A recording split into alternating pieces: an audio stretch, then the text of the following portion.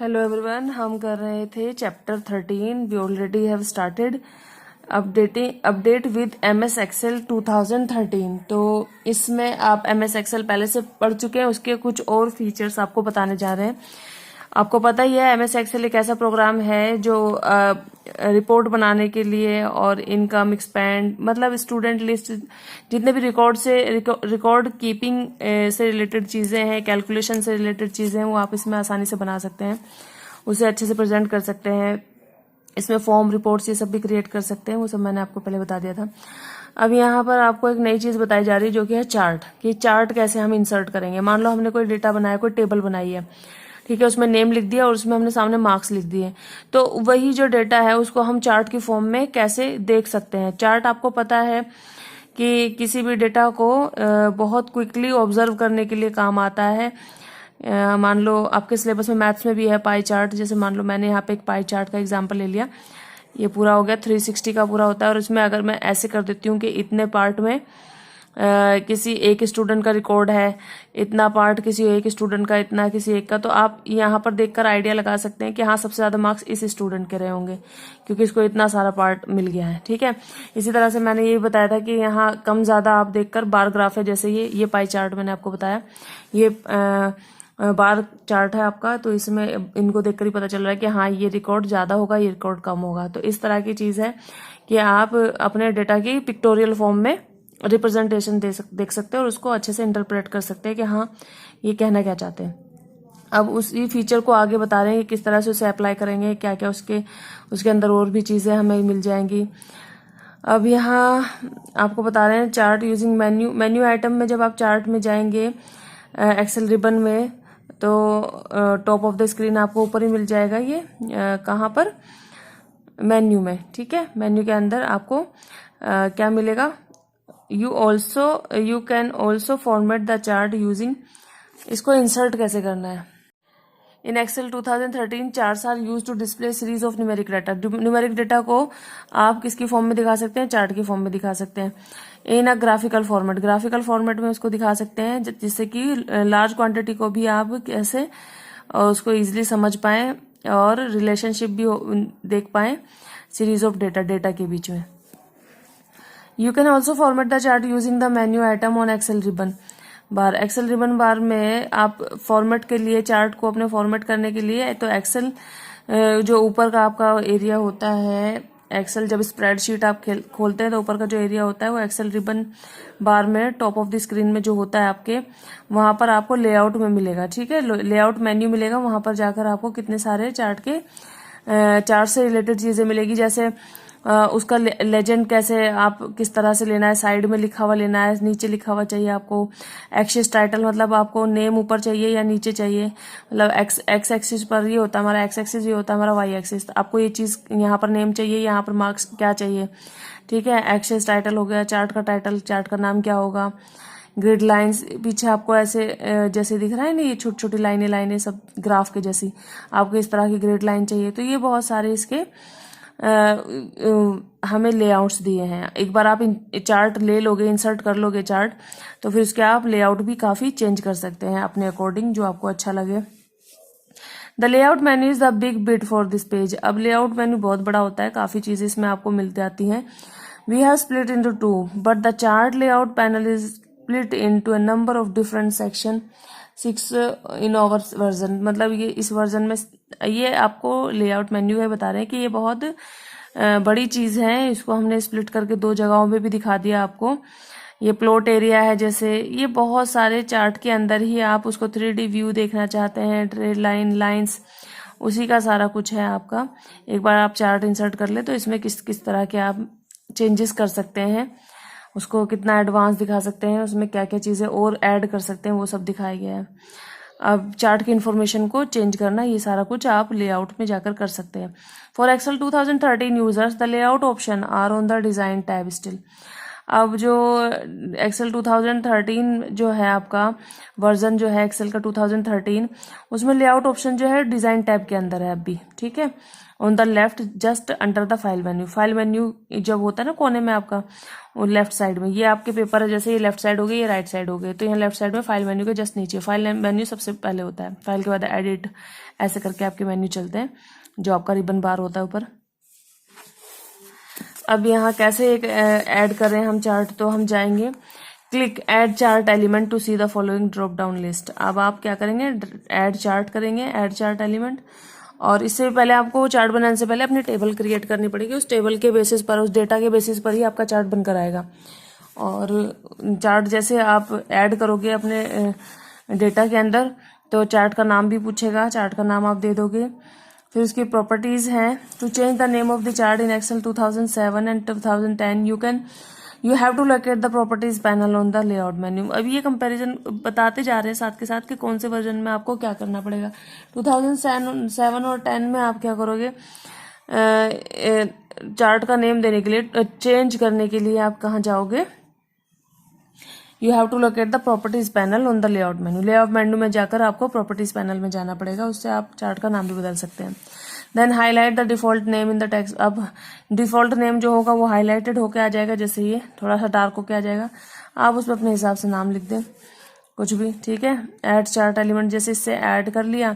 Quick layouts, इसमें बहुत सारे लेआउट मिल जाएंगे आपको, ये जो जैसे यहाँ बता रहे थे आपको, यहाँ मिल जाएंगे, ठीक है। और चार्ट का नेम वगैरह हाईलाइट होके आ गया, आपने यहाँ से चेंज करके ये रख दिया है, ठीक है।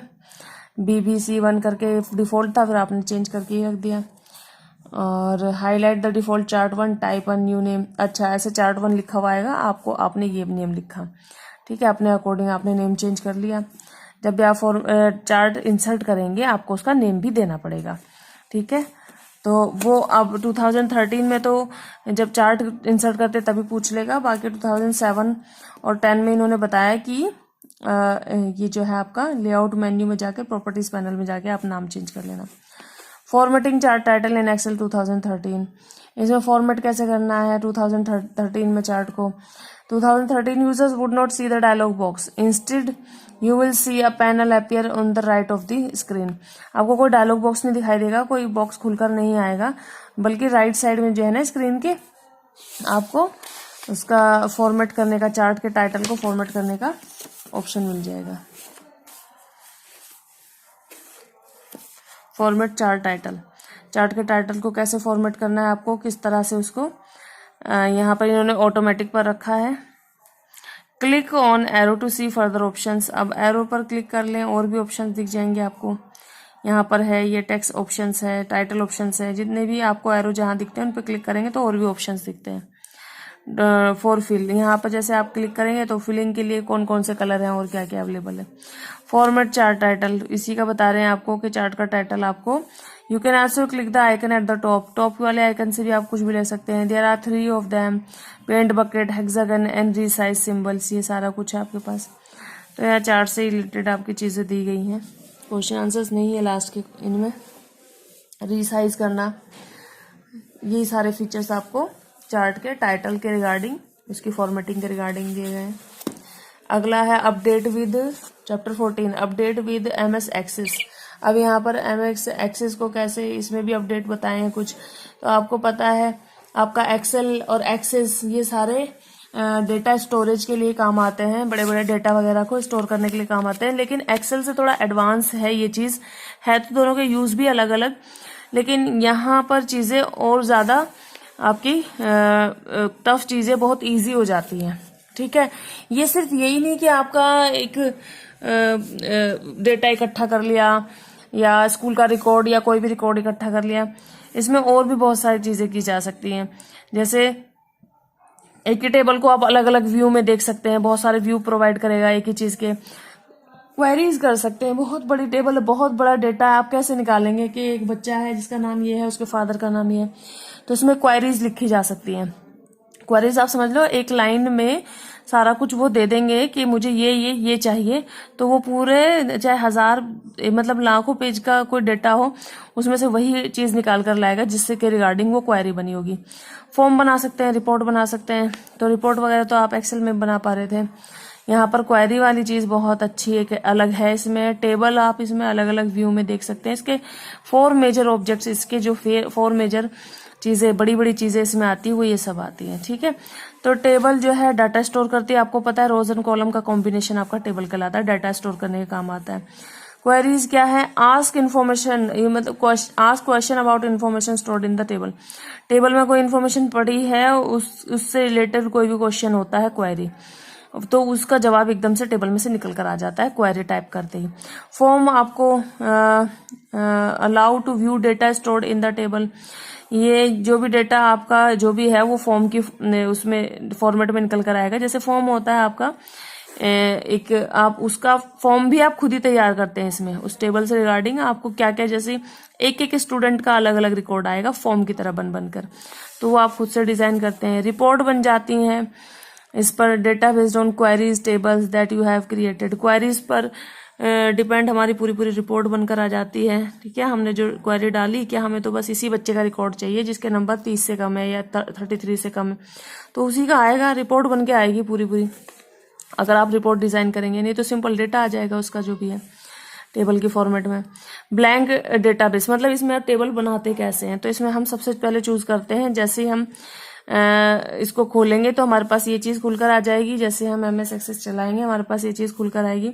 यहाँ पर जब हम डॉक्यूमेंट बनाएंगे तो हम ब्लैंक डेटाबेस लेंगे। कौन सा लेंगे? Blank database. फिर उसका नेम देंगे, सबसे पहले इसमें नेम देना पड़ता है। बाकी आपने सॉफ्टवेयर में देखा होगा, पहले आप बना लेते हैं, बाद में जब सेव करते हैं तो नेम देते हैं। इसमें पहले नेम देना पड़ेगा और फिर कहना पड़ेगा क्रिएट, ठीक है। तो यहाँ फाइल का नेम पहले ही पूछ लेता है वो, उसके बाद आप क्रिएट करेंगे, फिर उसके अंदर आप ये डिसाइड करेंगे,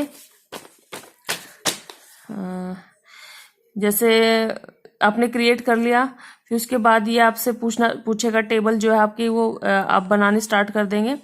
तो टेबल में कितने कितने आपके कॉलम आएंगे, ID, नेम, एड्रेस, जो भी आप बनाते चले जाओ, फिर उसमें डेटा डालते चले जाओ। तो यहाँ पर टेबल में टेबल बना गया, ठीक है। टेबल्स जो हमारी बन रही है वो टेबल 1 बन रही है इसमें, और टेबल का नाम आपने पहले ही दे दिया था। क्या नाम दिया है आपने टेबल का? न्यू फाइल में जाकर फाइल नेम में जाकर यहाँ पर आपसे नेम पूछेगा तो वो नेम दे देना, जो भी आप दोगे उस नेम से आपका ये डेटाबेस स्टोर हो जाएगा। You can get the back stage view at any time by clicking the file tab. File tab पर आपका बैक स्टेज व्यू आ जाएगा। इतना आपको नहीं देखना, बस आप ये ध्यान रखिए, जैसे ही आपने क्रिएट करना शुरू करा आपके पास ये चीज आ गई और यहाँ पर आप टेबल 1 बना रहे, ये एक डेटाबेस बन रहा है, इसके अंदर कितनी भी टेबल हो सकती है आपकी। यहाँ पर आपको बता रहे view are organised by the table, they are bound to a tile, by default each table is represented by a tile in the tile panel. हर टेबल को ये एक टाइल, मतलब ये आपका एक डेटाबेस बनाओगे, उसके अंदर आप कितनी सारी चीजें बनाते चले जाते हो, ठीक है। उसी के अंदर ये जैसे टेबल बनाई थी, इसी में फिर आप इसकी रिपोर्ट भी बना सकते हो। टेबल बनाने के बाद रिपोर्ट भी बना लो, इसी में इससे रिलेटेड फॉर्म भी बना लो, तो ये आपका पूरा डेटाबेस बन जाता है। अब यहाँ पर कुछ टाइप के व्यू दिए गए हैं, किस किस तरह के व्यू प्रोवाइड करता है MS एक्सेस आपको। List, detail view, data sheet view, summary view, blank view, किस तरह का व्यू आपको अपने डेटा का देखना है। कस्टमाइज भी कर सकते हैं, व्यू अपने अकॉर्डिंग भी आप सेट कर सकते हो, हमें कैसा चाहिए। Access 2013 view design does not provide the pixel perfect approach offered when you design form in client database. तो इसमें आपको अपने हिसाब से आप इसको सेट कर सकते हैं, इसकी प्रॉपर्टीज को सेट कर सकते हैं व्यू के। तो 4 टाइप के आपने व्यू देख लिए हैं इसमें।